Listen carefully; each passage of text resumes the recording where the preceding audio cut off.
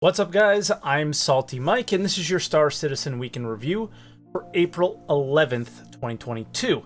3.17 is in Wave 3, and it's probably going to get rushed to live. We had a monthly report that had some juicy bits in there, and a Star Citizen Live with actual gameplay discussion. All that and more on today's Week in Review.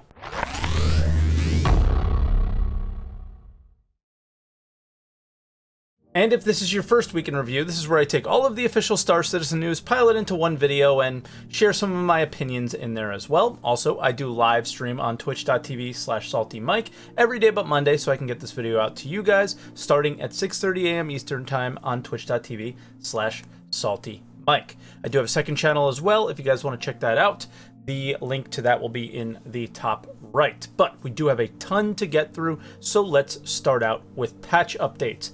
3.17, like we said, is in Wave 3 as of Saturday, but let's see how we got there.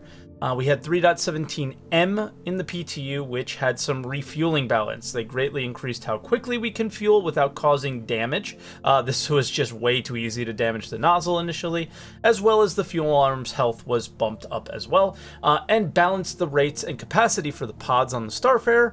I actually haven't checked out the exact numbers on the balance changes, so if anyone knows the changes, please feel free to leave those in the comments. Missile balance. There were EMP missiles. They're no longer EMP missiles. They were moved back to physical damage until they bring armor into the fold for ships, and we'll touch on that a little while later, I think.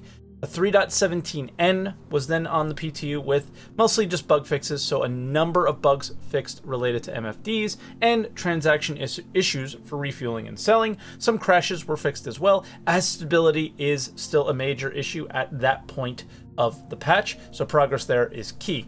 Then 3.17.0, we had shopping and ship updates, so shopping terminals to include item paging, which is a form of data management. Shields will no longer update when the target is 8 kilometers away from you. So their MFDs, they're looking for performance there wherever they can get it, which is an interesting thing to note. They reverted a change for turret acceleration, which was a major update to this patch. So I guess they didn't like how that ended up panning out. Again, I didn't get much time in 3.17. I will after this video releases on Tuesday. I should get a lot more time in it, but I never got to see the turret changes. So I don't really know why they reverted it back. So let me know in the comments if you guys know. Bug fixes. A few that stick out here were fuel persisting in the Starfarer. When the game crashed, it didn't earlier in the patch for me, so I think that's what this is referring to. So, you know, the heartbeat situation where you would get your cargo back? I never got my fuel back, so I think that has been addressed. And then that the Cutlass can scan for rock minables, because obviously the Cutlass is one of the top ships you would use with an ROC. So that's a good little improvement they've been making there, and they've been making a lot of improvements around the ROC. Then we had 3.17P in the PTU, which is the patch that I played on most recently, which was played today, and they made a performance pass on the Lorville Hospital. They added many ships to the PTU for sale: the Redeemer, the Spartan, the Raft, the Hoverquad, the Cutlass Steel, and the 400i was mentioned. That is a pretty big list, but a few are missing, specifically the Ares and apparently the 400i, so I don't know if that one made it in. They slowed the Hurricane's turret speed down as well. This is considered the best ship around turret gameplay currently, as far as I'm aware, but they also made the change and reverted the things there, so I think they're trying to address the turret issues on the Hurricane, but not all ships. Bigger, slower ships maybe didn't need this change. Crash fixes, they fixed 8 client crashes, that includes Arena Commander, 10 server crashes, 2 deadlocks, and general network improvements.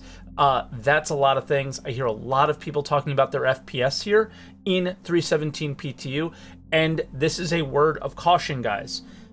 Very often in the PTU do we get very big performance boosts, especially towards the end of a PTU cycle. People are bored of being testers and, you know, having 15 million under your account, being able to do whatever, no form of progression whatsoever, and they're kind of just waiting for a live. Servers tend to have a few people on them, right? Things like that.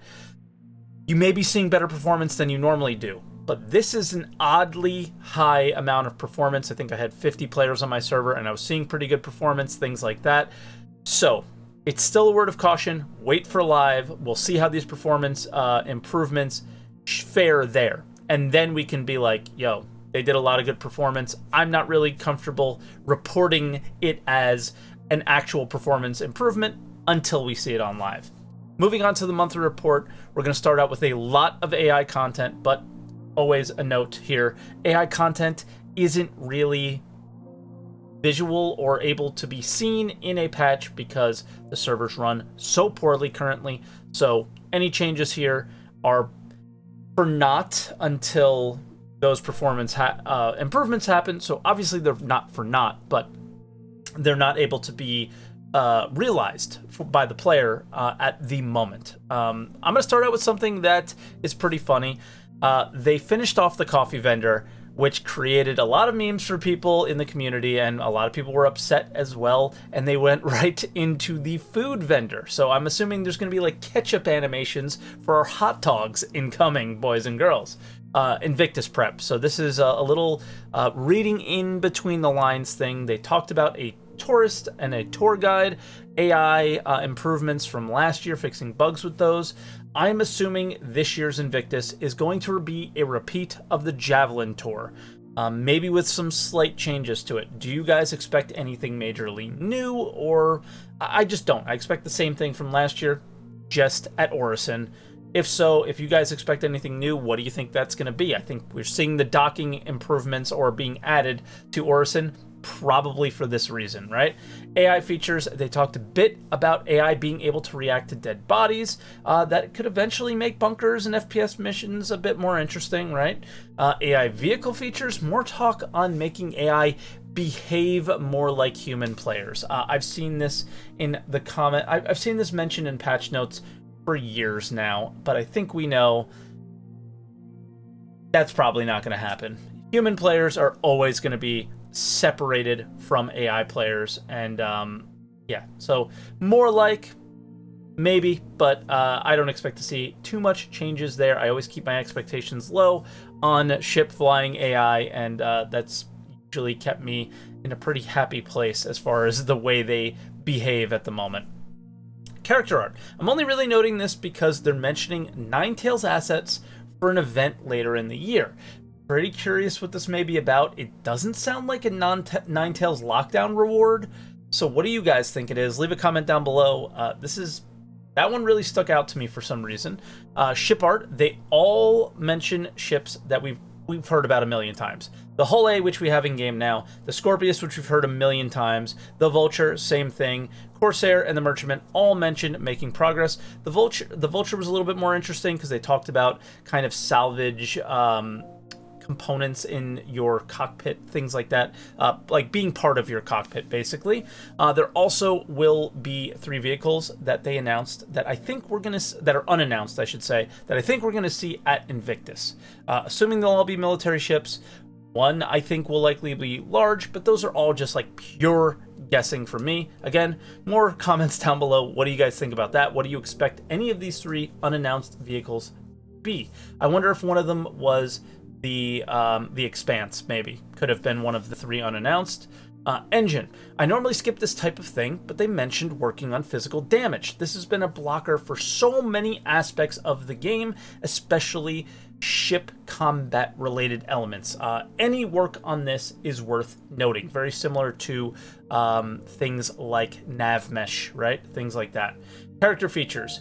I may be a bit off here, but I'm not sure. I think they're talking about the lack of bodies spawning when you down a non-NPC player, a human player, or them being cleaned up too quickly when we knock them out. I think there's a massive reward for taking players out in the game, and that is looting the body. And we really haven't been able to realize that. At least I haven't had a very good experience with that, and I think they're talking about improving that here. I'm not sure. Let me know again in the comments down below if I'm kind of right on that one or not. Gameplay features. They talked about engineering gameplay, but instead of showing a ship, they showed an outpost scenario with a light and a battery. I found this to be really interesting and weird because most of the conversation around the topic has been around ship and the engineer role on a ship. Life support in the room system was like briefly mentioned here as well, but we've heard a little bit about those, but nothing too special. Vehicle features. I think the only thing of note here is that distortion weapons are changing. or their thought process around them. They don't want them turning ships off and just straight disabling them. Pirates are not going to be happy about this change, as distortion functionality is the only way to disable a ship currently. And there's no way, like, they haven't moved from exploding ships to disabling them yet, so this is a weird change at this moment. I wonder why that was a priority. I find that to be very odd. EU locations. Rastar tool was mentioned. This is that RTS style tool that we saw at CitizenCon that is used to create outposts on moons that we will eventually be able to access to create our own outposts. They talked about the next iteration of underground facilities as well. I know a second entrance has always been something they wanted for these, more suited for interesting encounters, PvP scenarios. We have no details on this at all, but I would guess that that would be one feature of improved underground facilities. Montreal locations team. Most of the discussion was around the reclaimer-based derelicts on moons, but I want to take note that they want to also add these in space. I thought that was the one thing that was really interesting out of all this that we really haven't heard that much of. And then work has also started on bringing Lorville to the standard that other locations have, like Microtech, per se. And Grimhex Hospital has been expanded greatly because pirates can only spawn there after death, so they were running out of beds way too often since it's the only place in the game that pirates can spawn. And then lastly, UI, they talked about a visor refactor for both Squadron 42 and SC, which seems like a technical change more than anything, and I'm not sure we're going to see any massive changes soon because Squadron 42 is going to get it first, right? But this should open the door for more improvements on our just general FPS UI and maybe even in ships. Also, there was a mention of maps and radar, which we all know are due for an upgrade, right? Then moving on to video updates, there was no ISC this week, but we had a, I would say, fairly important SCL from the actor feature team, which, by the way, moved to Squadron 42. So, first thing was, how will FPS scanning work? I mean, to start off with, it's good to mention that it's going to be the same system we have now for ships, in that we have what we call a signature system that's like driving radar and scanning. So the fundamentals are the same across both, and the idea there is that they absolutely cross-pollinate. So, you know, ships should be able to pick up actors, characters will be able to pick up ships, that kind of thing. What you can actually see on, say, characters, the idea is similar to ships. You know, you can sort of see what weapons, what items and stuff are attached to it. Same with characters, you'll be able to see the weapons, grenades, ammo, etc. that are attached. You know, if they've got a burrito in their pocket, you should be able to find that out as well. And obviously, actor status and whatnot, we want to provide information. So if someone's down or bleeding, you can maybe find that out from range. I think it's pretty cool to hear this. The ships being able to see players with radar is slightly concerning for me, though. Ships versus players in FPS is extremely out of balance, even with some weapons like the railgun, right?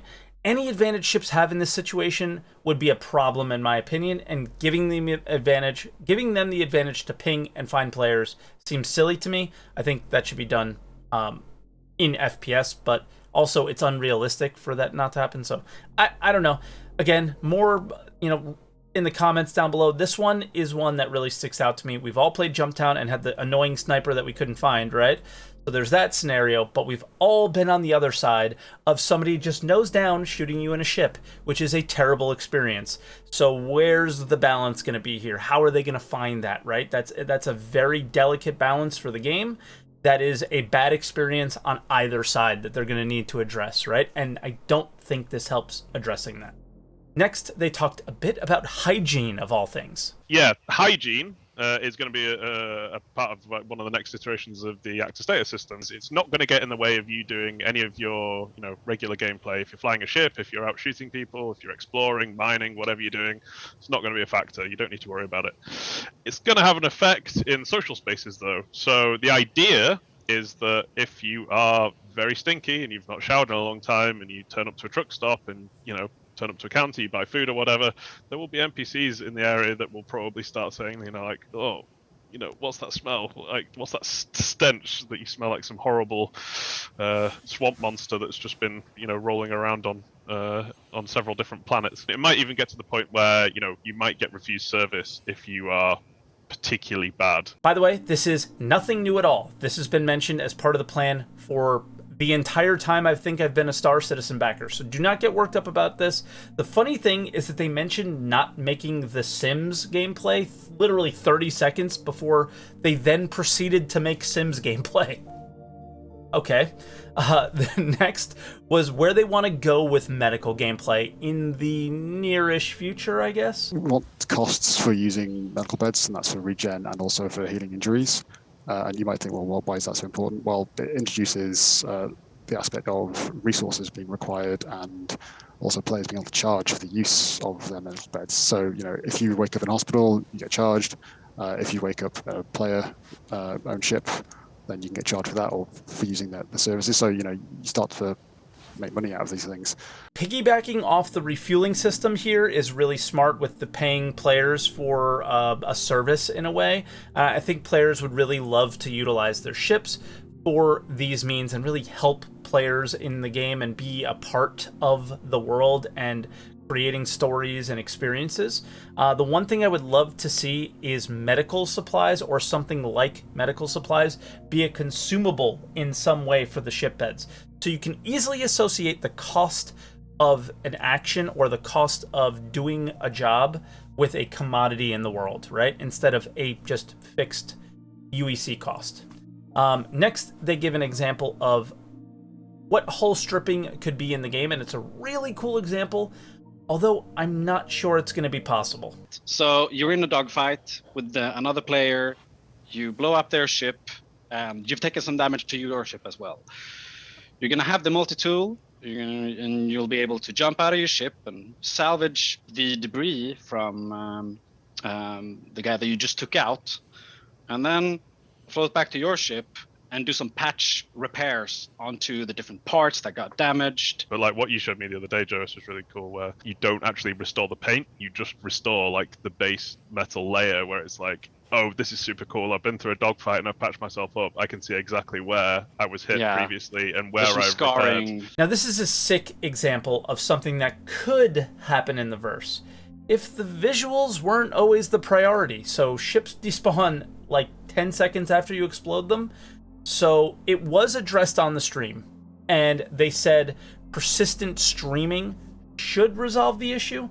So this is an example of what we could see soon, but possibly not in 3.18 when hull stripping as a mechanic makes it into the game. So keep that in mind, that this example is maybe a bit further in the future, but they are aware of that being an issue for this experience being a thing. So they know it and all that stuff, right? Now, SCL is a 1 hour video. I'm not going to clip out 50 different things for us to discuss, so let's go through some quick hits.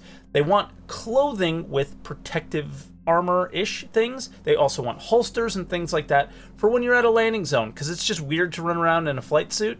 And similar to the hygiene thing, they've always mentioned if you're running around in a flight suit at a landing zone, the NPCs are just going to look at you like you're a weirdo. Crossbow is waiting on other teams to work on it a bit. So there's a priority thing where this just isn't important, and I'm sorry guys, whoever backed whatever that game was, that it was the UO successor, that Lord British, you disappointed me. And yeah, it's just not a priority, right? Parachutes are also something they want to do, but it's not in the plans at all right now. Tyler made a tweet about it, no idea why, right? You will be able to scan for harvestables when in FPS scanning and when those changes come in. So that is kind of a thing that's of note, because harvestables have never been they've been very difficult to find, and now they should not be. So that's kind of cool. They have never talked about players using the restroom as a part of the actor status system. So like eating does not and will not eventually cause you to need to use the restroom. They do want it to be a thing that you can do, but not really be a thing that you need to do. And that's where they turned into that hygiene discussion that we had earlier. They want drugs to give you buffs at some point. Certain drugs that give you bonuses, but they will hammer your blood drug levels. And they absolutely want to make changes to the inventory. A move all button, stacking. 99% of the issues that we have at the inventory system, they're aware of, and they want to change. But for some reason, they still think the third-person inventory is a good idea, and they have fixes to the random issues that come around with it, like hitting I and being in front of a wall, and the lighting being too dark and things like that. I just think we should have a paper doll. Why are we trying to make things so difficult? Just simplify them. I don't get it. yeah. And then lastly, the big theme here is that Squadron 42 is the priority, and we will not be seeing much happening in the PU from this team in the near future. And that is actor status. SCL was a lot of, we're working on it for Squadron 42, and it will eventually make it to you. Now for other updates, we're starting out with a sneak peek. The Orison docking port. Nothing special here. You've seen them before. Most of us probably haven't used them much, but it's rounding out a landing zone, and it's essential, and I really think it's being done for Invictus. Then we had a subscriber promo that we did talk about last week, but there's a little bit more detail on it. The Saeed frag pistol is for $10 subs and has some nice detailing. The Esteban frag pistol is for $20 subs and has even finer details. And then the Arclight Herrero pistol is available for subs to buy. Subflare updates, again, this is a big thing in the post, is that they will be adding all subflare items that can be carried by a player to the loot containers in rare form. But just like the sale of ships, the flare will be exclusive to subscribers for a 3-month period. So if they added a flare in 3.17, we won't see it until 3.18 in the loot container. And if you're like me and you only subbed for exclusive items, that's really the only reason that I subbed, if I was being honest, I'm way prefer this system to what, having exclusive items that we pay for. I still will most likely unsub but I'm not upset about the changes. I'll unsub because there's no point to it anymore. I feel like it is going to be way more fun to earn them in game than just have them appear in my inventory, and that's really the reason why I'm behind it. I just honestly expect less sub items to be created that are player carried in the future. I expect more things like paints to be the thing, because I think that they want to justify subbing, and I think exclusive items are a great way to do that. I really don't have much of an issue with that, but at the same time, I kind of want to see how the system plays out, and then I'll consider unsubbing from there.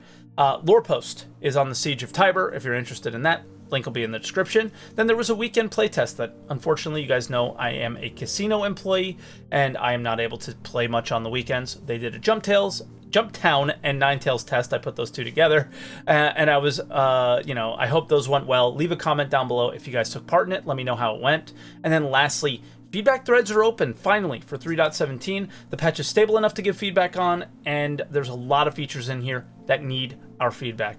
So feel free to provide any there, and that'll do it for this week's Week in Review. Thank you so much, guys, for watching. I hope you enjoyed the video. A lot of talking head stuff today. Next week looks like it's going to be a short one. There's not going to even be an SCL, so it's going to be a... yeah, we'll see. Hopefully 3.17 is released, and we'll just be enjoying playing the game, right? But we'll have to see. Thanks again for watching, guys, and I'll see you all next week.